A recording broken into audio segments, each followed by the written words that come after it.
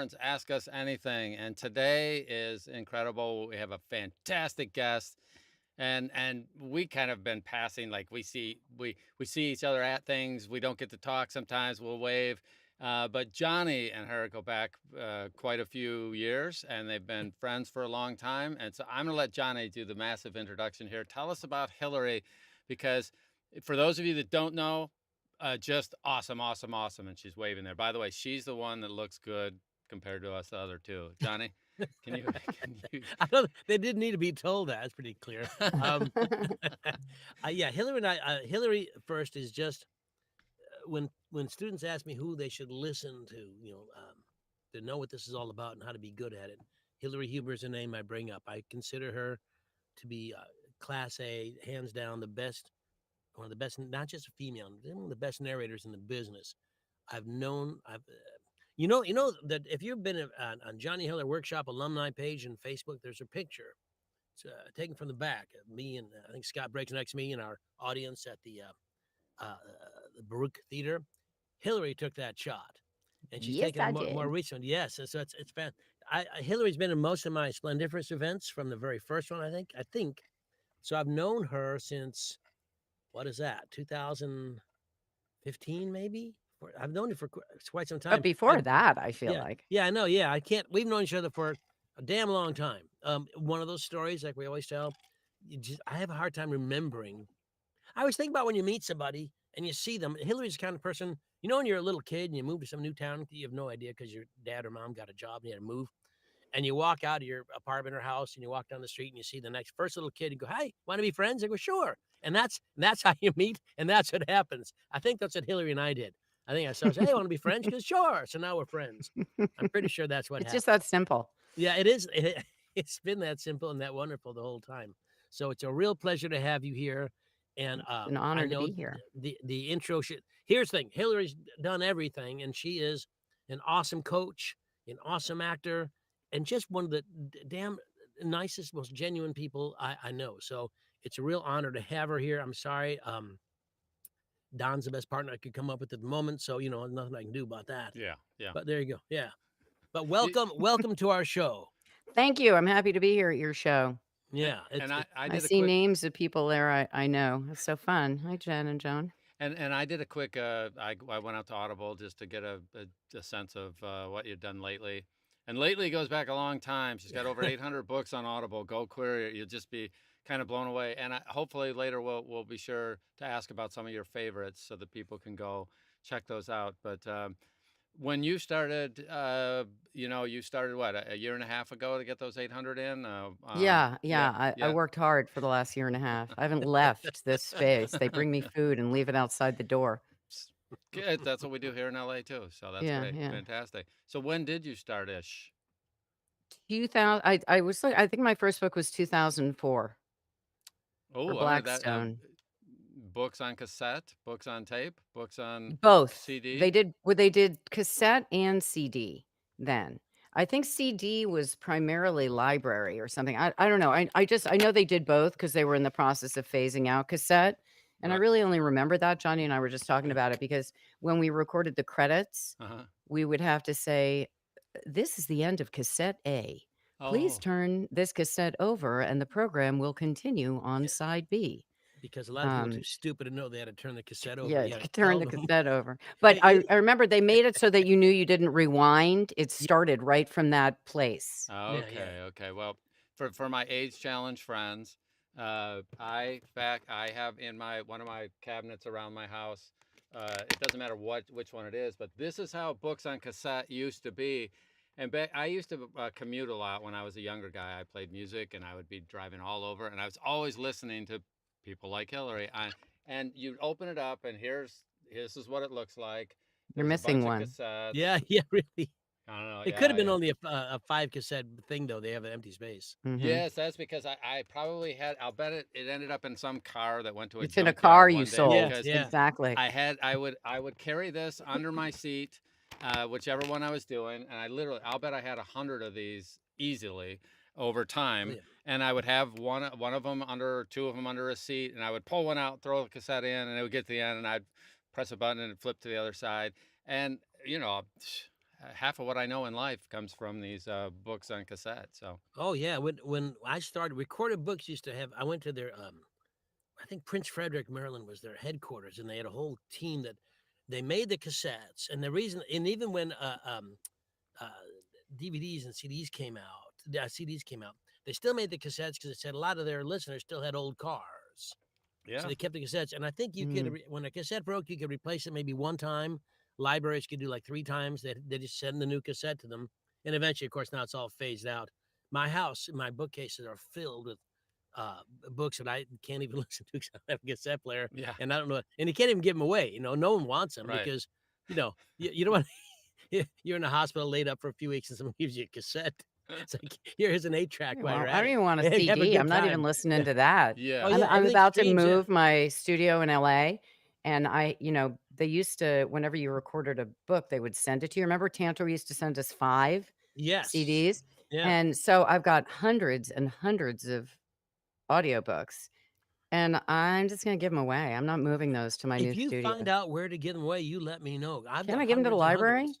Well, here's a weird thing. I checked in Manhattan. You can give like they only take 3 to 5 books at any one time, and I assume that means those as Oh. well. So if I got 300 to give away, I don't want to go 300 times. You know what? Somebody said, I was talking about this on a Facebook group the other day, and somebody said they bring them to, like, when they go to conferences and do signings, they bring them as just hand them giveaways, out. but, like, Yeah, I don't go to do that, so yeah, yeah. And I don't go to many. I don't do that kind of thing. Mm. Here's a cassette that you won't be able to play. Enjoy. Here's about a book that you don't really care about because this is a romance conference and, this is a nonfiction. So here you go. Here's How an about 8 it? millimeter film of my brothers and I in Colorado Springs. Now, do you have a favorite genre that you like to narrate these days? After Yeah, 800, do you kind of what have you grown to love over the last few yeah, years? I love thriller. I'm probably best known for doing thrillers at this point, and I love them, which is kind of ironic because I can't watch scary stuff on TV, or I don't necessarily even like to read scary stuff because I get scared. You get, I get are we? scared. I get scared when somebody's rifling through somebody else's drawer. I'm like, no, you're gonna get caught. Stop. So it's kind of weird that I like it so much, and I spent some time thinking about why that is, and I think maybe it's because when I'm performing it, I'm in control of what's Uh-huh. happening. Um, I don't know, but Yeah. yeah, I love thrillers, and I've recently started doing a lot of biographies about and autobiographies by some pretty strong kick-ass women. So I seem to be getting known for that too, which I really like. Authors and uh, political figures. Just was looking up a list of that, but doesn't really matter. So yeah, but and I guess that's probably why I'm doing a lot of thrillers too, because it's usually a badass female protagonist. Yeah. And so okay, badass women books. Yeah. Yeah. Okay. Strong. Let's call them That strong female let's call stereotypes. strong female Badass women. protagonists. Badass thrillers women. You can thrillers call them aren't whatever you necessarily want. I mean, you're the one. thrillers aren't necessarily scary though. I mean, Well, they are. They're usually about an axe murderer or a psychopath or a you get different thrillers than I get. Of course, I mean, yeah. the genres every genre is so specific. I mean, there are PIs, like tough babe PIs, and there's tough guy PIs, and then there's I guess if it is a serial murderer kind of thing, I don't those aren't in most of the thrillers I do. Serial killers. Yeah, they are in mine. I do a lot Yeah, of serial killer stuff. I wonder what that Do you says do about. serial books with I know. serial killers? Yes, as a Okay. matter of fact, I do. Yep, they come in sets usually. No, okay. Now that's an interesting thing though for people that are out there, newer narrators. If you ever find an author that is doing series, you know that they're committed to the craft, and that is a much better indicator that you're doing something with somebody that is serious about their craft. And I always find that if for the new people when they're looking for a book, if you can find somebody that's writing multiple books and working their craft. That's a better sign than me with my one book and would you narrate my one book? Because those people are, I mean, they may turn out later to be Stephen King, but today they're at the beginning stage of that whole journey. And most of them, like every other business, they're going to drop out. So has that been similar to what you see? Um, She daydreamed during your comments. okay. She was I gone. I saw her. no, She I was was she listening. glazed over. I was just thinking, no, you know what I was actually thinking? I'll be really honest. Go. I was thinking, yeah, but what if it's a series and you hate it? Yeah, that Yeah, happened. that's true. Yeah. And then you're stuck with it.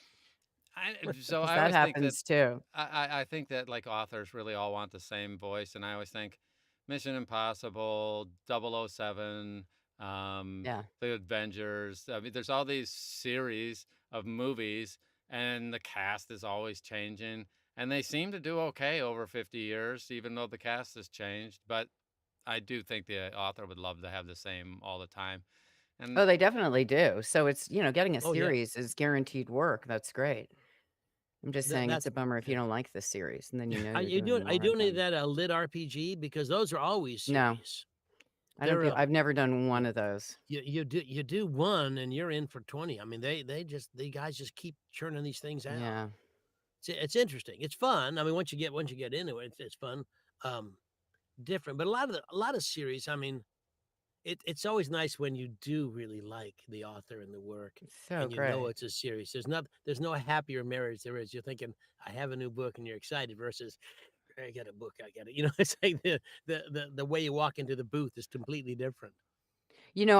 This is sort of interesting. I started maybe 5 years ago doing a series called the Forensic Instincts series about a forensic investigative team in New York City. And every year I do another one. And I don't know if I realized this, but I jumped in on like book 5. They mhm. had somebody else record the first 4 or 5.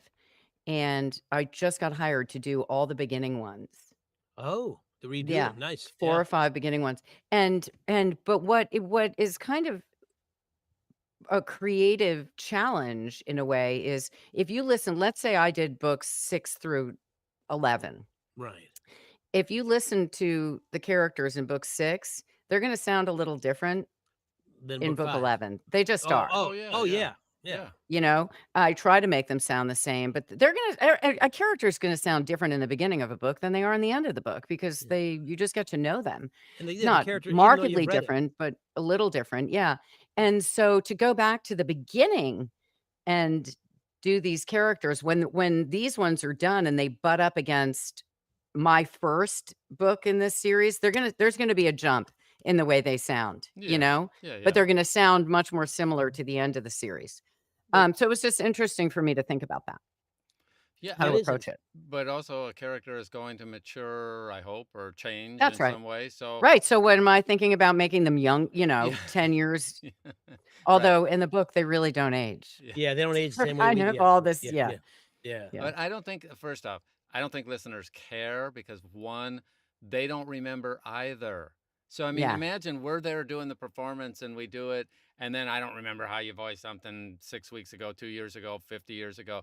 I Except don't, for that one listener who does, and Yes, you can yeah, yes. bet your okay, sweet okay. ass they're gonna write about it Yeah, everywhere. okay, Yeah, but they'll I, yelp you. that is true. That is true. They're gonna Yelp that, you bet they Yeah. are, on the Hillary Huber Yelp page. That's right. That's right. It's I'm doing a second book in one of those lit things in a character, and you have I'd keep a track of most of the characters, but some I thought weren't. I just didn't. I made it. Mhm. Made my own mistake there. So a guy shows up. I had to go find him in the first book, find where it was, so I Oh, could it's find his voice again. agonizing. Like, what a pain in the ass! 'Cause I forgot to keep a track of it, bookmark it. So that's a less because you don't know who's coming back. You don't know No. what you don't know which minor league characters can play the major leagues in book 3 or something. Well, you just So you don't really, always know if you're doing a book if it is the start of a series. So yeah, even if it seems like a standalone, I yeah, still keep a snippet of every single character. yeah. That's But great even if I advice. like, I have references to that first book, Yeah, and it sounds different. but I Yeah, sound different. So, yeah. wow.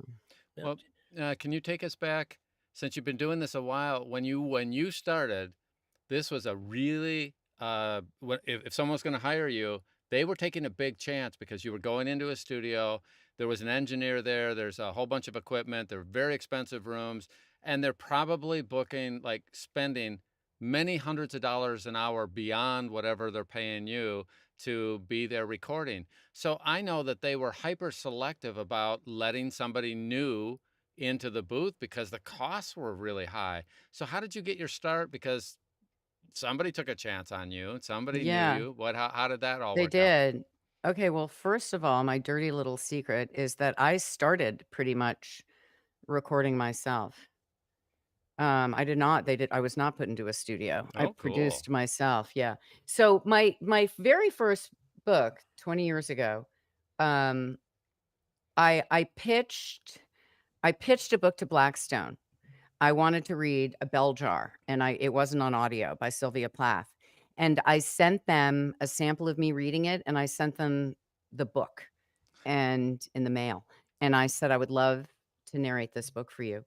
And they contacted me and said, "You'd be great to narrate that book. We can't find the rights aren't available. Would you be willing to read A Very Easy Death by Simone de Beauvoir?" So that was my first book, and I produced it Wow. myself. Um, and then I just started working for them for a long time until I got brave enough to try to reach out to other places. So it's a little bit of a backwards Yeah. route of how I got in there. But I remember contacting Tantor, and I had done, 15 or 20 books or something, and they said, "Sorry, we won't consider you until you've done 35 books." See that arbitrary number. That now it's not. I Mhm. don't think it's the same now. But anybody who says No, I can now see they no don't care if you've done one book or no none. yeah. It's if you're good, they If you're shouldn't. good. Yeah, I mean, yeah, if your first job is on Broadway, so what? That's Mhm. great. If you made it, you made it. I mean, the idea that I don't have it down on 34, but I tell you what, 36. Now I'm a pro. That's just some bullshit. Yeah, yeah, It's it was crazy. so arbitrary. I was like, Yeah, "What?" yeah. I felt That's like I'd nonsense. already arrived. I'm like, "I've done 24 Yeah, books. yeah. I'm old Joanne school." just got a series, Joanne Simone de Beauvoir uh, novellas to do. Oh, good. Does She's she get to say Jean-Paul Sartre? she does. Jean-Paul Sartre. We'll talk. We're Sartre. gonna start talking existentialism over breakfast now. Yeah, Uh-huh. should be interesting. You just can't say that without sounding like Jean-Paul Sartre. a Sartre. Sartre. I remember in Monty Python once when they had the old char women, hey, they're talking like Jean-Paul Sartre, and they couldn't decide what he meant about reason and being in a treatise he wrote. So they row across the channel. They go to Paris and they knock on the door. Jean-Paul.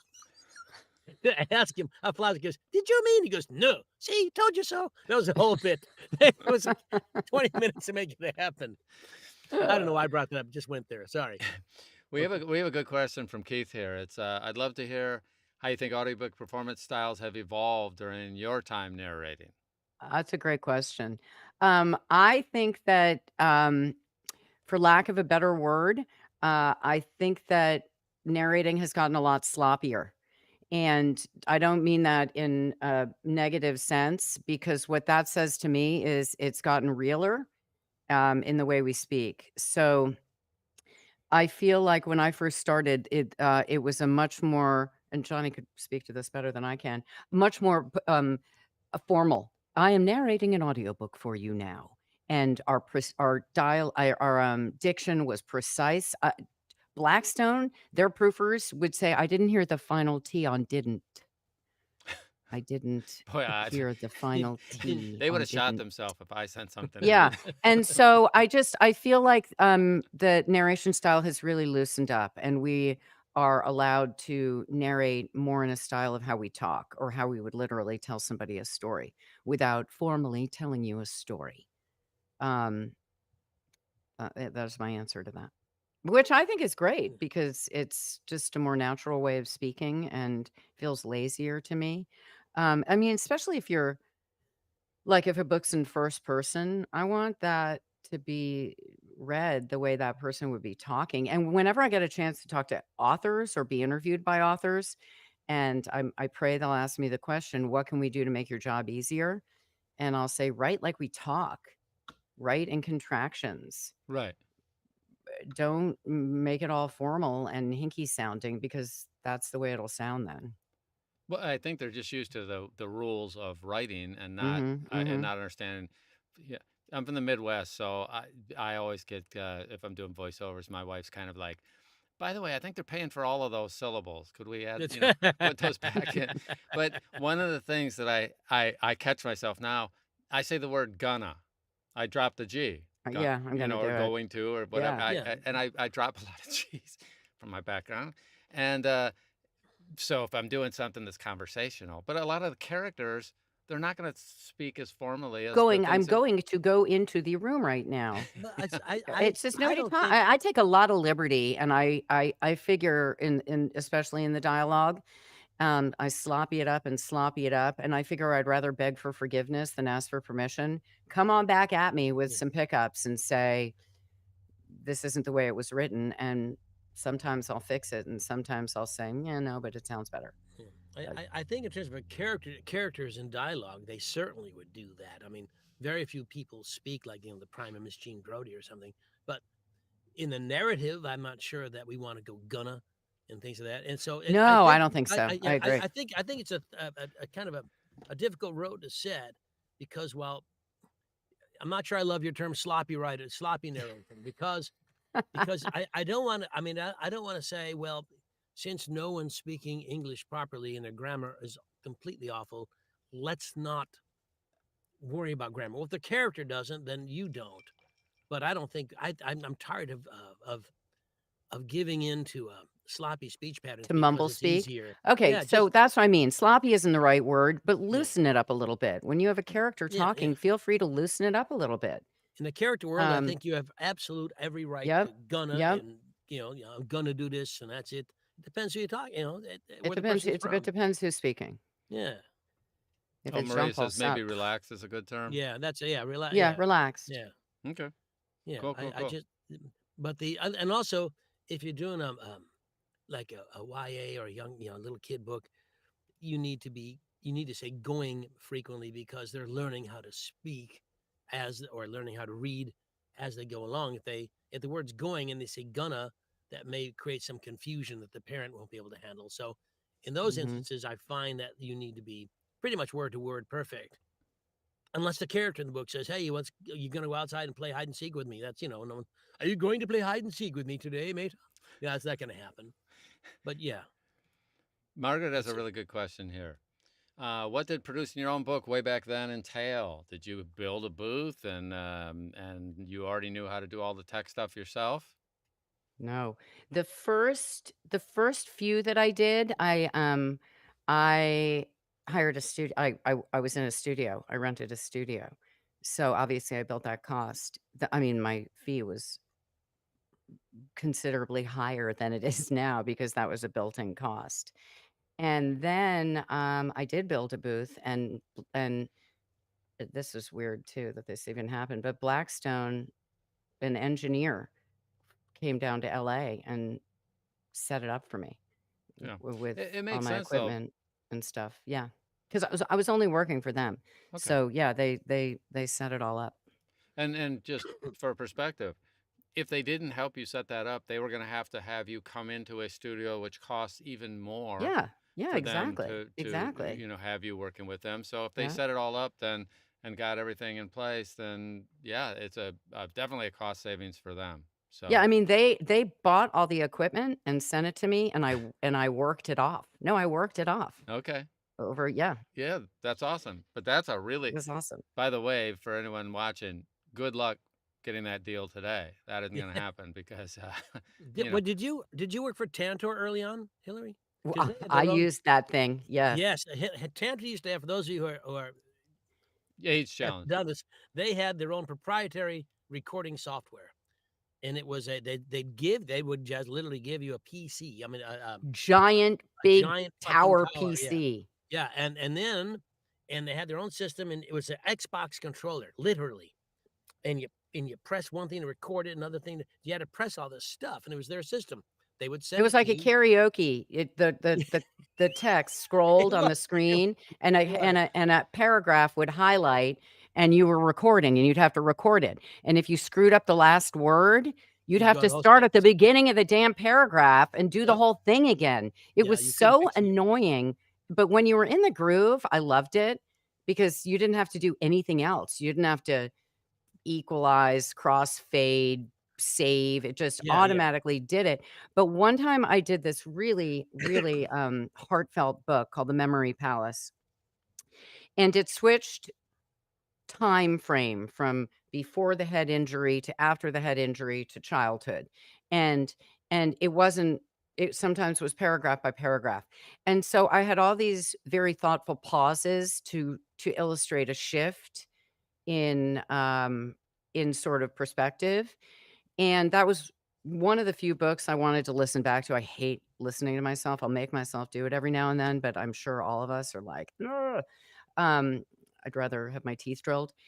But I listened to that one, and all of my timing had been removed, Oh, jeez. and all of it. And I contacted them, and I just said, "What the?" I What the tend to what? swear. I'll try Yeah, not to do it live. you And can. and they said, "Oh, yeah, no, I mean, in between every paragraph, we automatically slug in 0.25 seconds." And I was like, "You blah, blah, blah." You So people. then I started to cheat them. There was you could put a note if you did something funky. So I would read one paragraph and I'd read the next line of the next paragraph, and then I'd put a note that said the next line is here so I could mess with the timing. But I mean, it was really time consuming, not to Oh, overuse the yeah, time yeah. thing, but yeah, that was crazy. And I then remember when when they stopped using that, they made us send those stacks send them back back. again. I'm like, "What the hell are you doing with those? This is like landfill." I don't think I ever did send mine back. I can't remember. I don't remember what happened. It was God. just all I remember in the union I went. God, in the early days we went to negotiate with Tantor, and I went with it was before Richard and Jane even. I think Richard may have been there, but we went there to negotiate. And part of the negotiation was we can't do this anymore. This thing's not effective. Well, that's when they switched to Pro Tools and everything else. Yeah. But it was a I forgot about that. Was a hell of a thing, that It Xbox was thing, crazy. and with the giant, it's crazy. And for other studios, it wasn't useful at all. You didn't use it if you worked for somebody else. You didn't use No. that same system. No. It was So here, redonkulous. So somebody's curious about, they mentioned you've done this a while. What's your routine for self-care? I mean, Okay. No, it's a great question. I mean, you really have to eat, drink, and sleep for this job. It's a marathon. And if you don't take care of yourself, it'll show in your work. So, for instance, I knew that there was a huge party this Saturday, last Saturday night, with a band who I love, who plays annually in my little town out here in Long Island. So did not. I took off yesterday. Well, yesterday was a holiday anyway. Yesterday and today, because I knew I'd be singing along to that band, and that I was going to sound like crap at the beginning part of this week. So you know, if you can have the luxury to think about your schedule, that is certainly important to do when you know you're gonna have a banger weekend, then maybe you don't work the next couple days. But on a daily basis, I make sure that I mean, it's all the boring things. I make sure that I exercise, I hydrate like a mad woman um, before I get in the studio, not just while I'm in it, but for the couple hours before. There they go, drinking their water. Um, you- I'm too. I have a lot of lip balm right here that gets popped on there. I yep. know what foods make my stomach make noise. Rice, for some reason, makes my stomach make noise. So I don't eat Really? rice. Yeah, isn't that weird? Yeah. And I just try to get a lot of rest, and I try not to go to loud parties and yell a lot because it'll definitely affect my work. But even, it's funny, some days I'll feel like I've taken care of myself and I'll get behind this microphone and it's like, beep, beep, beep, beep. I can't wrap my mouth around the words. My range isn't there. And then other days I just nail it and I know that I'm in the pocket and I haven't quite figured out what entirely the magic sauce is for that. But some days you're just on and other days you're not, even if you've really taken care of yourself. I Uh, should do more vocal warm ups. I don't, I will before I work tomorrow because I'm still a little broken from Saturday. But it's just, I think you just really get to know your body intimately and what it can withstand and what you need to do to take care of it. For my headspace, I've got to exercise for sure. Yeah, and I That's read an someplace that you might do some yoga. Is that I accurate? do. I do yoga. I do a lot of yoga. Um, I go on a lot of walks. I need to get outside a lot and get into some nature. I feel like that's good. Sitting in this little prison cell all day long Yeah. is sort of, Yeah, I mean, I'm a daily well, what you exerciser, said that was and I think Johnny walks his dog every day and walks, mhm. and is that correct, Johnny? I He go to the goes into gym the 4 park times all a the week time, and right? walk all the time. He Yeah, I does go yeah, nature. constantly. Yep, that's my nature. But yeah, I go there. But the dog walks are real slow because they don't count as exercise. The chow chow won't go anywhere until it's wintertime. It's just too warm for her. But Hillary made a super important point, and when she talked about her the way she takes care, you've got to know your own body and play to your own strengths. Like Hillary knows that rice it makes her uncomfortable in the booth, so doesn't have it. I think a lot of You're, people say, "Here's what you do, here's what you don't do," but it's not the same for everybody. You need to know what your body's like, and you should know by now. And if something you eat or drink makes you rumble or fart or do other things, don't have those things, you know. But yeah. in terms of hydration, I think that's key. Um, and but she knows what after 800 after not after 800 books, but certainly by 750, she knew what she needed to do the right thing. So when you, Steve, asked a question here about what about an audiobook narrator's performance makes you want to hear more? So you hearing somebody, what do you like? What don't you like? That's assuming I listen to audiobooks, isn't it? Which I do, but I know I have a lot of colleagues who do not listen to a Who do damn not? audiobook. They Which is record them all wild, day, but isn't they it? don't listen.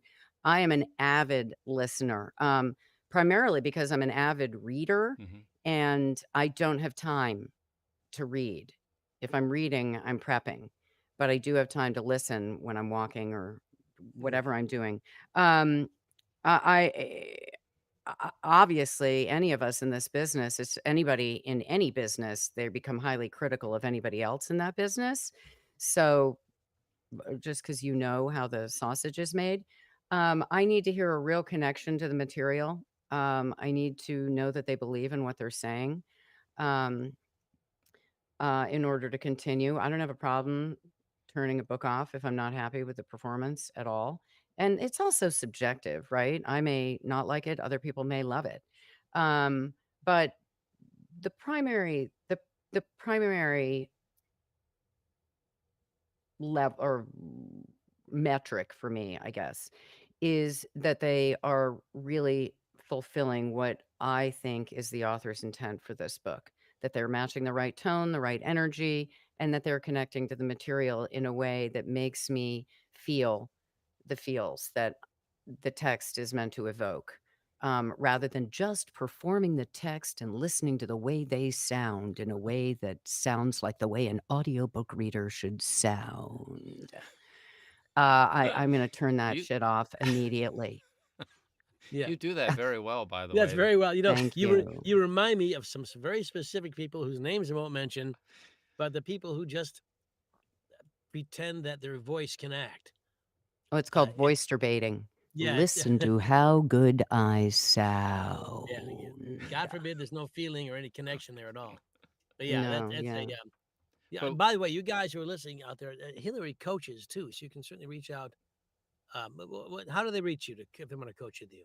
We should put that. Hills at hillaryhuber.com. Donald I'll put that. type that in. Hills. Yeah, okay, yeah, because it's Hills at hillaryhuber.com. because Yeah, you can tell when somebody's just using, I mean, this is a Paul Rubinism right here. You can't act with your voice, yeah. right? That's one of his And number one. he would do this. He'd say, "I would say the following," and then he'd say that. And then he'd say about Yeah, another yeah, 20 yeah, minutes of 20, yeah, yeah, things. yeah, And yeah, then he'd say it. yeah. Yeah. We love him, by the way. We're allowed to make fun of him. So, yeah. Um, but yeah, it's you can't act with your voice. I need to hear you connect to that material. I need to hear subtext. Yeah. You know, a lot of people get into commercial voiceover, which is where I started, because of their voice. And I got into commercial voiceover because of my voice. Yeah.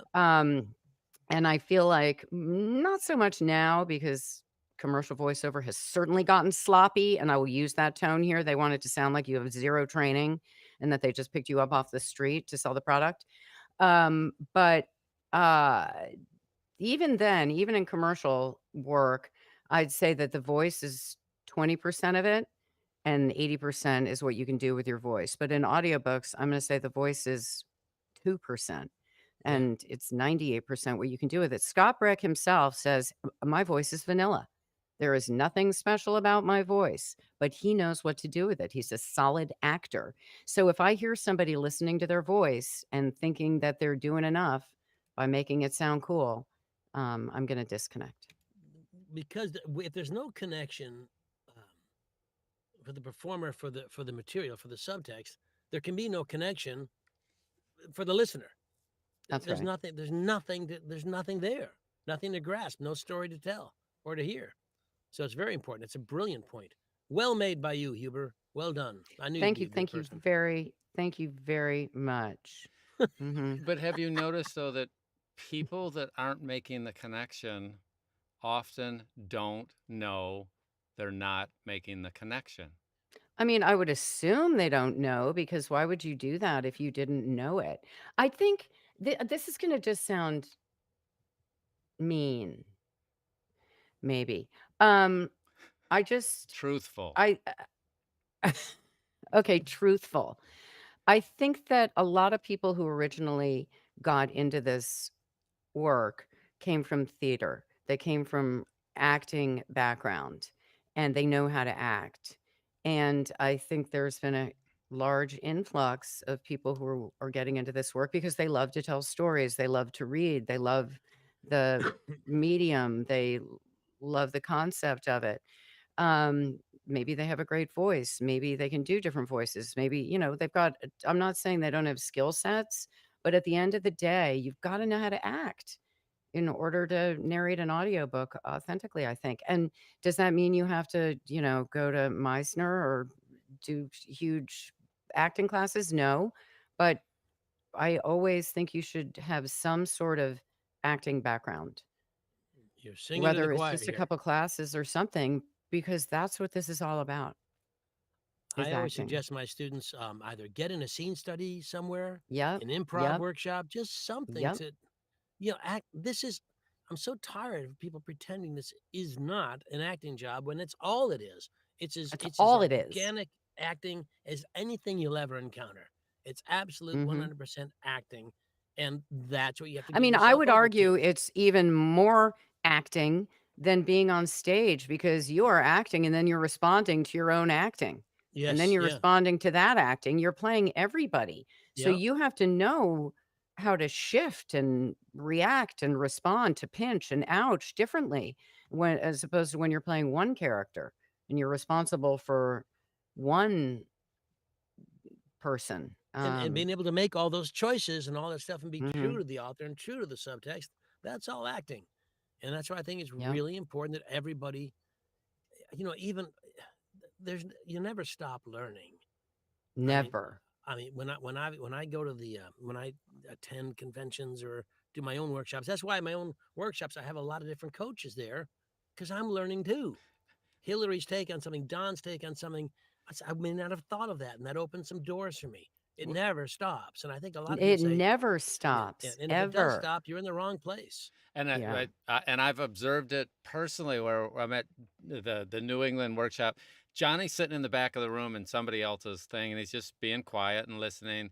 And later he'll bring up something that he just learned from somebody, and he credits them. But it's like, Hillary said this great thing, and he is the best thief from all these other great coaches, and he's always around other people and stealing great ideas. And really, all great artists are stealing good things from the other people in the Always, business always. and Let's not learning. use steal. Let's use parrot.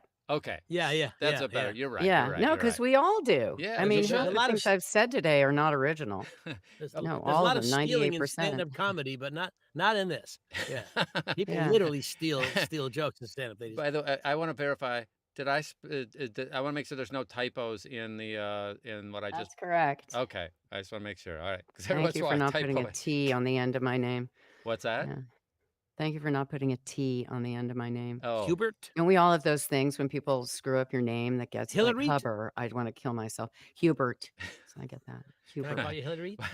Mhm. Try having a name that nobody else has a weird spelling like I do. So I'm Barnes. Mars. I actually am immune to it now. My Barnes. grandfather told me as a young guy, just get over it. They're gonna, Roll with it. yeah. Don't. Mhm. Anyway, we'll leave that alone. So, 100%. So this is an interesting thing, though. Everybody agrees acting's critical for good audiobook narration, and What? and so if I'm a younger person, you want me to take improv classes, or what if I were an entry I want level? you to What take some acting classes. Go take a class at the community center. I don't care what it is. Go out there and Do challenge community yourself a theater. little bit. Yeah. Do community theater. Go to, do they still have the learning annex? Remember the And learning annex? They still have that? you know what? I don't know any. I've not heard of it in I used to years. take dance classes and art classes. I Everything. used to take Oh, all kinds of stuff at the learning annex. I took my yeah. first voiceover classes at the learning annex in LA. It doesn't matter. Just do summer stock if you can. Do something. If you Well, don't that's have a kind of a theater big company deal or to a do group summer around you, stock. I take that back. get some like-minded friends in your neighborhood and do some play reading. Do And some online acting classes. yeah. Just take it. It makes Intro to so. acting. Yep. Intro to subtext. Yeah. or they can contact you for coaching, right? Yeah, It's but not the I don't same teach though. acting. I'll tell you that right now. My coaching is it's very specifically skill-based. What does But that it's mean? not, What can you what drill that down on it? means is, yeah, I can. I go through, I have a course that I have. It's a 4-session course. It's really for newbies. It's half of each session is about the industry, marketing and genres and who your customer is and blah, blah, blah, demos and stuff. And the second half of each hour is performance based. But what I teach are skills. I teach the skills that I think are necessary to get a good performance. Things like, volume and tempo and expression and point of view and different little skill sets that all together make up sort of an acting arena. That was a really bad word. I'm still suffering from Saturday. um, but I'm not an acting teacher. So I'm not teaching necessarily subtext and how to tap into this emotion. I'm from an actorly perspective. Does that make sense? Yeah. Yes, Yeah. it does. And what I like though is that you know what you coach on, and you know what you don't coach on. And I mean, Yeah. I'm the same way. I'll help people all day long with tech related stuff, and I have a performance background in music at a very high level, but it's different. So someone starts talking to me about a performance, I go, well, okay, here's my opinion on it, but then go talk to Hillary, go talk to Johnny, go talk to. I mean, there's other people. That's their specialty. They totally Yeah, have I'll that say go down. talk to Erin. She's a really good acting Yeah. teacher. So there are coaches who really are good acting teachers, and I'm not one of them. Okay. But I love that you're smart enough to go, okay, this is what I'm going to help you with. And then for the other things, we let other people do it. None of us know Yeah. but a small sliver of the whole thing. So I think I find a lot of this is going to sound mean, and I don't mean it to, but a lot of the newer people coming into the business are interested in the marketing and the social media and the branding, and have zero little interest in the actual acting performance that's required to maintain a career in the industry. And it boggles my mind. I mean, I know that things have changed, and we're both on social media and stuff, but if you don't have a framework, a performance background, an acting background, or something that pushes you through all the time, like I just don't know how. I don't know how you expect it. All you're doing is having a nice voice, like you mentioned earlier, and that simply is and you're not. reading a book. It does not answer the needs of the business, the craft, or the listener. Anybody, Like if I get a student who says, I'll always start with, what's your background, performance or whatever. If I get a student who says, I'm an opera singer, I'll be like, bingo, that's fabulous. Yeah. A, you get the musicality. B, you understand text and how to perform it. So it doesn't mean that you just have to have one specific type of acting background, but if you have some kind of performance in your background, it's going to Well, assist you. one of the things that people talk about in the music business and this is that there's a thing called feel, which is really hard to teach because the Yeah. way something feels, the way the acting, the way it feels as an actor is performing, explaining the details of that, unless you've been around others that have it and you've learned how to do it in some form or fashion, it's really hard to explain at first. Some of the great coaches can explain some of that stuff, but the feel of how something feels is something that's really difficult to teach to somebody who, one, hasn't spent any time listening enough. So that's why Listening to themselves. listening to themselves or listening to others that are great at it. Yeah. Well, that's the other thing. I love it when a student will say, "Oh, no, I haven't listened to any audiobooks." Yeah. I'm like, "You're out. You're fired." But Don, I can't believe that you just said that because you just sort of clarified what my whole coaching aegis is about. You're welcome. And as I go through these skill sets, there it could be something as simple as we'll do volume. And I'll say, "I want you to read this like you're giving a TED talk in an auditorium." Okay, now I want you to read it like you're whispering in somebody's ear on a porch swing. Okay, now I want you to read it like you are at an AA meeting. And every time, and then we'll say, "How did that feel? How did that feel? How did that feel?" Right. And what I'm aiming for is the perception of how you think you sound lining up with the reality of how you really sound. So I'll make you do extremes and then I'll make you listen to it.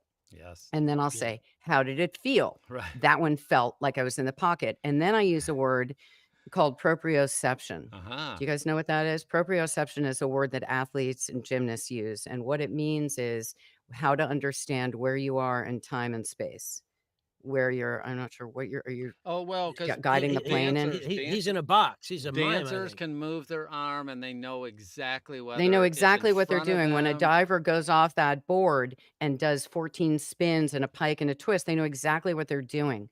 So I like to apply that term to what we do. Proprioception. How did it feel? How did your body feel when you did that? How did your mind feel? How did your mouth feel? Were you in the pocket? And the only way you can know that you are is by listening, trying something new, listening, trying something new, listening, and learning how to be an objective um, critic of your own work. Yeah. And listening to other people's work is such a huge assist in that same regard because I think it's just as valuable to listen to something that I like as it is, or something that I don't like rather, as it is to Yeah. listen to something that I like. Yes. But you listen Failure longer. is the greatest teacher as far as I'm concerned. If I failed, I know that's wrong and I'm not going to repeat that behavior. But So I think it's really important to hear failure and to fail yourself and know what that feels like and what it sounds like.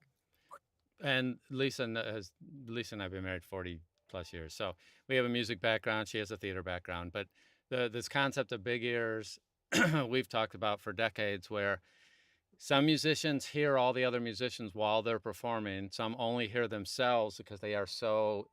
Oh, Yeah. myopic. That's so Focus, yeah. interesting. And what you want people that have both, where when they're on their own time, they're worried about their stuff. When they're in a group, they're worried about what's going on. And actors have the same thing. Some actors see the big picture. If you've never listened to excellent performance, then you have nothing to hang your own concepts on. And even like we listen to things. I listen to some songs 1,000 times easily, and I never knew that until I got an iPod, and it counts your plays. Oh, wow. And Yeah. I started saying I could arrange it by what I played the most. And it's like, oh, there's 3,000 listens on that one song. And what it And you was, listen to music differently than we do. oh Just yeah, like we yeah, listen to, yeah, I yeah. listen to audiobooks differently than somebody. So you got a completely different set of ears on. Well, but the thing is you don't know what you don't hear until later when you hear it. And it's the same when Yeah. you hear a great audiobook. You really don't know what makes that one great, but you do if you listen multiple times. You start realizing, oh, Johnny puts a little pause right before something and listen to the way that makes it feel versus this other time he did something and there was the timing was different. He was in a hurry or he wasn't. He was expansive or he was not. And you start hearing it and starting to go, ah, that's interesting. And sometimes you don't even know the reasons, but you hear it and then it starts coming out into your own performance. And people should be listening so much more than they're, And but I also Mhm. think that they should listen. And also, as Hillary says, you should, if you like a thing, be more expansive. Why do you like it? What is yes. it? Try and be specific. The specificity helps you incorporate whatever made it work for you. And the same thing if you don't like a thing, what is it you didn't like? What about this read, this thing didn't work for you? Because if you can identify that, that's also extremely helpful when it's your turn to work. And here's Keith asking Can the I question that I always talk about. wait, Oh, go ahead. can I add on to that real Yes. quick Yeah. before Yeah. the Yeah. next question? No way. Because I agree with that so much, but I want to add the caveat. If you listen to something and you like it, don't try to imitate that. Oh, yeah. I think it's really important to not try, I listened to a lot of Julia Whalen for a while. It's like, I want to sound like Julia Whalen. Okay, every sentence ends off in this trail. She's got a very specific Yeah. cadence Yeah. to her voice, and I found it mesmerizing.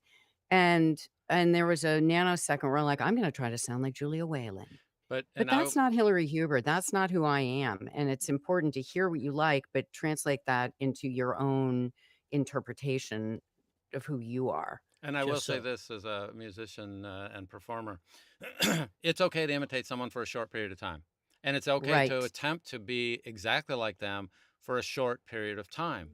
Like It, in karaoke. yeah, that could work. I love that advice.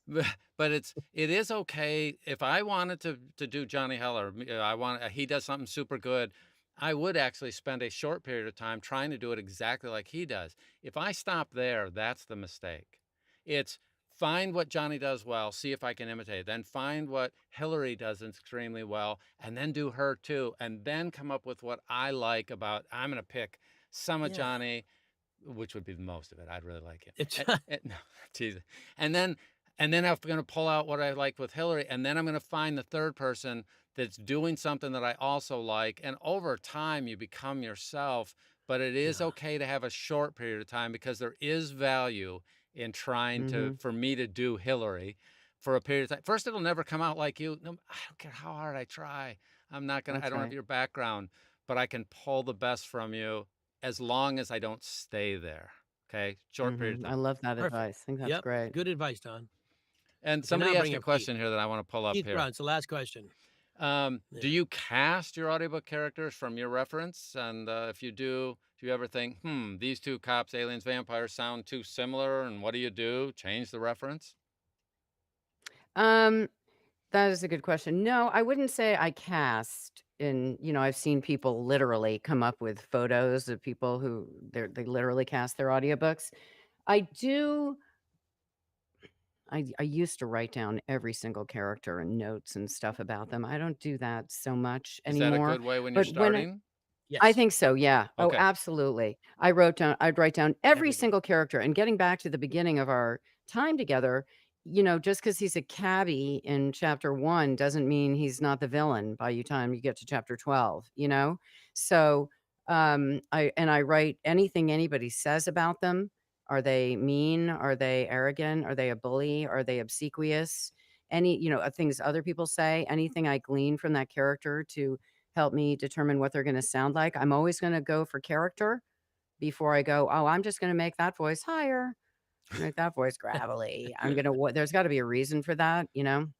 Um, so, the read through, I cast them during my first read through. They're developing in my head as I'm reading that book, and I'm figuring out Wait, they start to speak. Yeah, can you you read a imagine? I book read the book first. before Can you you imagine? I Yeah, I no, I know, I'm an can't. anomaly. That's why I want to Yeah. clarify this. Poof. Oof, wow, read the book. Yeah.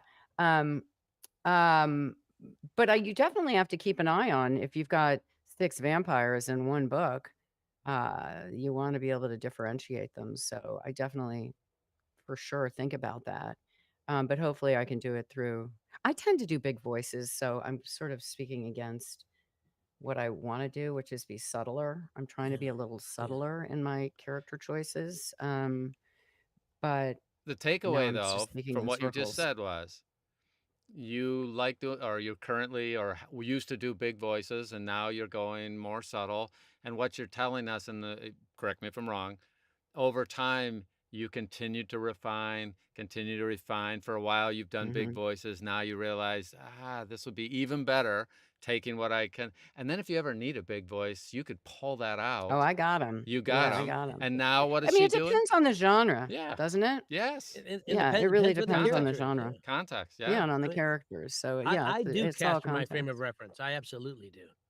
But Yeah. with the caveat that it's not Don Baarns. I think if I my idea of the way Keith said it is the way I say it, but the idea I think behind it is Don Baarns. I could cast Don Baarns in this role. I cast Hillary in this role. I'm not going to do an Yeah, yeah, impersonation yeah. of either one of you, but if I'm casting, that'll be it. And I just think you play it differently if you're thinking it's coming through Hillary, it's coming through Yeah. Don, not through Johnny, and it changes the way you play. And everything you said, writing everything down, the character says about the character, the author says that's all Stanislavski. I mean, that's your acting training coming to the fore here. Hmm. And I think once you've been through acting and training and continually work, and we both have theatrical backgrounds, that's where you put all your training from. All those years we spent doing crazy exercises to get us to this point. And Yeah, we yeah, use it yeah. all the time. All the time. Cool, cool, Yeah, cool. I guess I do cast. I mean, my mother-in-law shows up all the time. Yeah. Oh Yeah. my Yeah. God, what are you doing here? She shows up all the time. My favorite old Jesuit professor of philosophy from Loyola shows up in a lot of my books. Father Loftus, talk like this crazy guy. Yeah, but Yeah, I that mean, gives you something to hook onto. It's yeah. why I do Yeah. think people like, so I'm not a great actor. And I realize, all the great actors, they do have their characters where they start and then they'll morph them into something that Yeah, works. yeah. But I if think we all have a stable. You'll hear you the same character over and over again, but Oh in a yeah. slightly different. I mean, I've got like my hapless guy. yeah, He's everywhere. My hapless that's Johnny. dude. It's my just no. Usually my husband or my son. What? He heard me doing that once. He's like, "Is that how you do me?" I'm like, yeah. What are you doing? Where's the mayonnaise? Yeah, he Yeah. doesn't sound anything like that. But yeah, Well, you may do them extra. What do you yeah. have coming up that people would be, one, they already know how to get a hold of you from your site. Anything that you'd like to tell us about that you have coming up that would be good for people to know about? God, I was gonna look that up, wasn't I? No, because the minute you asked me that, I can't remember anything. But you Can have your I? site. I have my I'm about to record a really interesting book this week, called Daughters of Bronze. It's the second book in a telling of the Trojan War from the women's perspective. I play Helen, and Saskia Marleveld is on that book. There are four of us: Helen, Rhea, Cassandra, and one other character who I can't remember. And that's kind of cool because I love historical fiction, but it's filled with Greek words that luckily I have a director. I don't have to look them up. Great. Mr. Hill. That one I'm excited for. Well, and if you think of anything else, let me know and we'll add it to the show notes. Okay. So we can add something Okay. if we need a link. Johnny, what do you have coming up? The next thing coming up actually is something. Can I talk about what we're doing Yes, with you you? can. I'll bring it up next. Okay, If you yeah, don't. you bring it up because you have more details than I do. That's coming up in a weekend or something, 2 weekends. Yep. The September 14th, I'll be doing something with Donnie and Don Baarns, the Baarns boys. Yep. Um, I'll jump in and tell Yeah, you you about do it. it. So we've got something. We just have a 3-hour webinar that's basically called.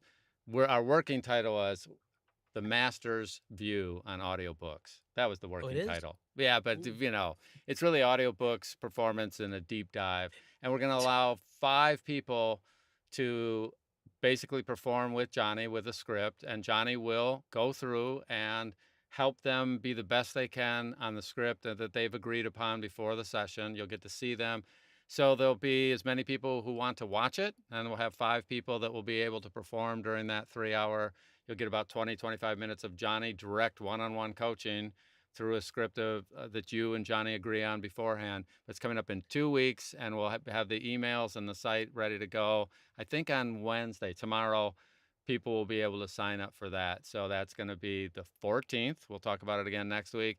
We'll sell it out within an hour for the 5 VIP spots that get to work with Johnny, and then anyone else who wants to watch. Because one of the things we talked about earlier, when you watch great performers and you watch great coaches work with other people, you can pick up so many tips because you realize, oh, that's what I do.